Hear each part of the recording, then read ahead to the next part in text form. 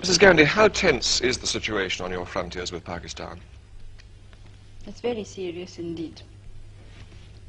The two armies are confronting each other.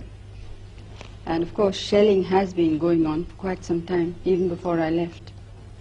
Do you really think it's possible that Pakistan would attack India with their present internal situations? Well, when there is the sort of chaos which they obviously have, they may take desperate action and feel that an external enemy might unite some of the people there. What about you? Is there a situation in which you might attack Pakistan? Well, I hope not.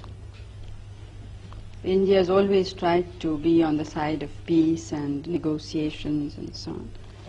But of course we can't endanger our security in any way.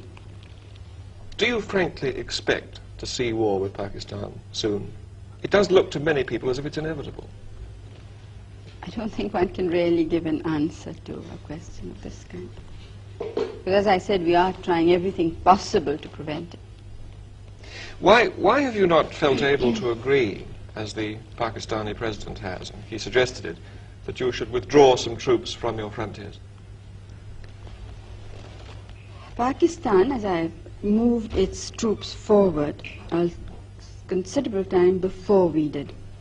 Now, while they were there on our border, nobody raised any question that this would be, endangers peace, it endangers our country. Now, when we felt compelled to, in the interest of our defense, the whole world seems to have woken up. Now, it seems a very unrealistic situation to me. And as far as going back is concerned, our positions are much further back. I mean, we don't have a second line that is that could serve us should Pakistan decide to attack after all. So it would not be, I don't think I would be doing my duty to the country and to the people if we would agree. And one thing you must remember is that we have never attacked anybody, but we have been attacked 3 times. But do you support the Bangladesh guerrillas? Do you support a separate state in East Pakistan? You see, it's not a question of supporting or not. The question is what is likely to happen. I don't think we can shut our eyes to the situation in a neighboring state.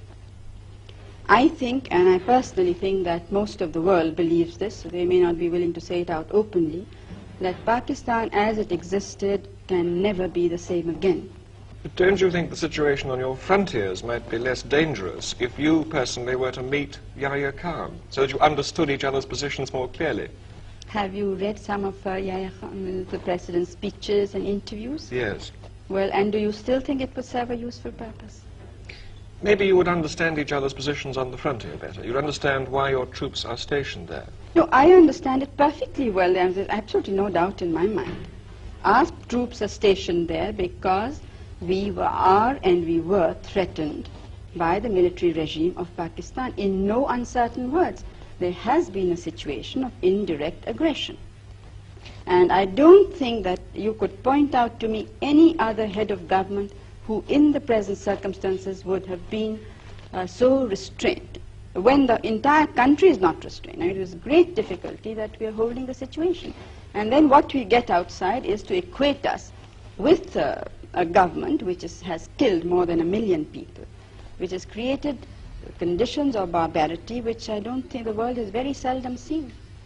Perhaps against the Jews in Hitler's time, but I don't think in any other time of history has this sort of thing been witnessed. Do you see yourself somehow being drawn into this, being involved in this in some way that you might have to intervene in East Pakistan? Out of humanity, almost. Well, East Bengal is the affair of the leaders of East Bengal. Now, it's up to them what should happen there. Final question. The refugees are still coming over and you have this enormous problem in India. How much longer can you sustain this? Well, we can't sustain it now longer. It's now for some months it really has been something that's, water going higher and higher. What are you going to do about it?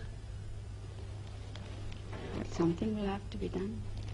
Well, one thing I must say, that I am absolutely determined that all the refugees of all religions must go back.